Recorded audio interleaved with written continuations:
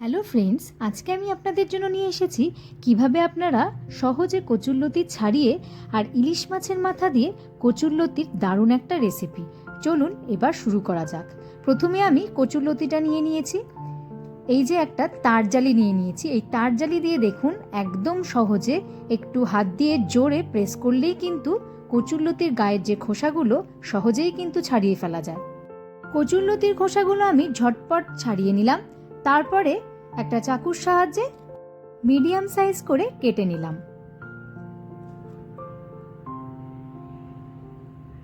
বটি বা চাকুর সাহায্যে যাই দিয়েই বলুন, কচুরলতি ছাড়ানো কিন্তু সব থেকে সোজা উপায় হচ্ছে তারজালি দিয়ে। কচুরলতির খোসাগুলো কিন্তু খুব সহজেই ছাড়িয়ে ফেলা যায়। কচুরলতিগুলো পিস পিস করে কেটে নিয়ে তারপরে আমি কড়াইতে জল নিয়ে নিয়েছি। এবার আমি ওর জলের মধ্যে কচুরলতিগুলো দিয়ে দিলাম। নুন আর হলুদ দিয়ে কচুরলতিটাকে এবার আমি সিদ্ধ করতে বসিয়ে দিলাম। কচুরলতি এমনিতেই খুব নরম, তাই বেশিক্ষণ সিদ্ধ করব না, 5 থেকে 6 মিনিট সিদ্ধ করে নিচ্ছি। কচুরলতি কিন্তু বাঙালিদের ভীষণই একটা অথেন্টিক খাবার। কচুরলতি আজকে আমি বানাচ্ছি ইলিশ মাছের মাথা দিয়ে। এটা কিন্তু আবার চিংড়ি মাছের দিয়েও বানানো যায়। 5 মিনিট পর আমি ঢাকাটা খুলে দিলাম। এবার জল ঝেড়ে নিয়ে তুলে নিচ্ছি। এবার একটা শুকনো কড়াই নিয়ে নিলাম। সর্ষের তেল দিয়ে দিচ্ছি সামান্য পরিমাণ। এবার মাছের মাথাগুলো ভেজে নেব। ইলিশ মাছের মাথা কিন্তু বেশিক্ষণ ভাজবো না। মাছটাকে এপিট ওপিট করে একবার উল্টে দিয়ে আমি কিন্তু সাথে সাথে তুলে নেব।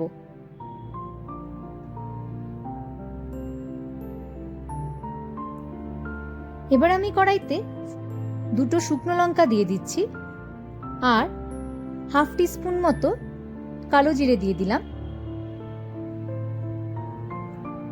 তারপরে আমি কচুরলতিটা, সিদ্ধ করা যে কচুরলতিটা ছিল সেটা দিয়ে দিচ্ছি। কচুরলতিটা সম্পূর্ণটা দিয়ে দেওয়ার পরে আমি ঝালের জন্য এখানে 3টে কাঁচা লঙ্কা মধ্যিখান থেকে চিড়ে দিয়ে দিলাম। এবার বেশ কিছুক্ষণ একটু নাড়িয়ে নেব মিডিয়াম ফ্লেমে। তারপরে আমি স্বাদ মতো এখানে লবণ অ্যাড করে দিচ্ছি আর সামান্য পরিমাণ হাফ টিস্পুন মতো হলুদ অ্যাড করে দিচ্ছি।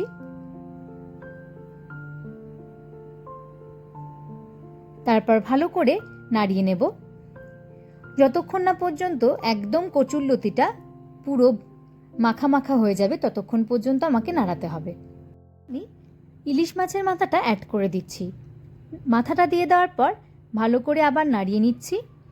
কচুরলতি কিন্তু মাখা মাখা না হলে আবার ভালো লাগে না খেতে, তাই যখন একদম মাখা মাখা হয়ে যাবে তখনই বুঝবো যে আমার একদম রেডি হয়ে গেছে। দেখুন অনেকটা গলে গেছে কচুরলতিগুলো, একটু গলেও যাবে আবার একটু গোটা গোটাও থাকবে, তাহলেই কিন্তু খেতে ভালো লাগে। আমি আবার একটু ভালো করে নাড়িয়ে নিচ্ছি।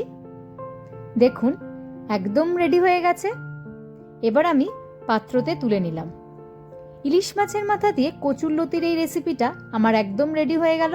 তো বন্ধুরা, কেমন লাগলো অবশ্যই আমাকে কমেন্ট সেকশন লিখে জানাবেন। আর যদি আপনাদের ভালো লেগে থাকে তাহলে বেশি বেশি করে লাইক ও শেয়ার করে দেবেন বাড়ির সকলকে। আর আপনি যদি food and lifestyle with Mishtu চ্যানেলের নতুন দর্শক হয়ে থাকেন তাহলে কিন্তু অবশ্যই একটা সাবস্ক্রাইব করে দেবেন।